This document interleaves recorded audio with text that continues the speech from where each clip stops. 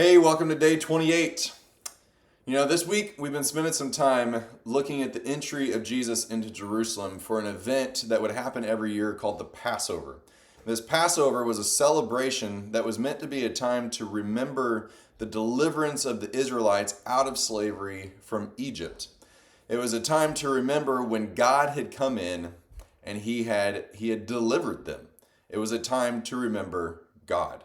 But as we see throughout all of the Old Testament, we see over and over and over again this phrase of, but they forgot who he was and they turned from him and they worshiped other gods. We don't see that exact phrasing of it every single time, but we see that message over and over and over again that God comes in and he does this miraculous thing. He delivers them once again, just like he did out of Egypt, but eventually they forget.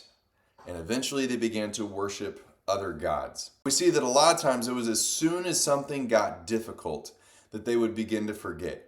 They get delivered from Egypt, they come upon the Red Sea, they can't get through it, and they immediately begin to forget that God had just delivered them from Egypt. They get through the Red Sea, they get to the base of Mount Sinai, and they immediately begin to forget what God had done for them. They become a nation, and difficult times come, other countries attack them, whatever it may be, and they forget what God had done for them. Again, sometimes it's in good times, but many times it's as soon as things get difficult, they forget. I'm drawn this morning to Psalm 77. When the psalmist is writing out, and he's beginning this psalm by talking about hard times that he's experiencing. I cry out to God, yes, I shout, oh, that God would listen to me. When I was in deep trouble, I searched for the Lord. All night long I prayed with hands lifted high toward heaven, but my soul was not comforted. He says things like, you don't let me sleep. I am too distressed even to pray. I think of the good old days long since ended. The psalmist is having one of those moments where it would be so easy to forget. And it would be so easy to begin to put his focus somewhere and put his hope somewhere else.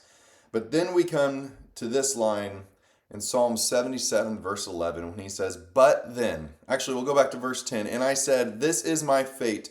The Most High has turned his hand against me. And then verse 11, but then I recall all you have done, O Lord. I remember your wonderful deeds of long ago. They are constantly in my thoughts. I cannot stop thinking about your mighty works. O God, your ways are holy. Is there any God as mighty as you? You are the God of great wonders. You demonstrate your awesome power among the nations. By your strong arm, you redeemed your people, the descendants of Jacob and Joseph. I would encourage you to go back and read all of Psalm 77 and finish that out. I didn't read the entire thing, but here's my encouragement for today. The people, as Jesus is coming into Jerusalem, the people have forgotten about the God who has delivered them. Yes, they are celebrating a festival that is meant to remember, but it's just words at that point. Honestly, I would compare it a lot to our 4th of July, where we say that we're remembering our liberation. We say that we're remembering our freedom, but for many, and maybe I'm being cynical, but for many, it's really about the fireworks. And it's about the day off from work, and we're not truly remembering the purpose of it. That's where they were at with their Passover festival when Jesus is coming into Jerusalem. And that's where we often can find ourselves in our own lives, that we forget what it is that God has delivered us from.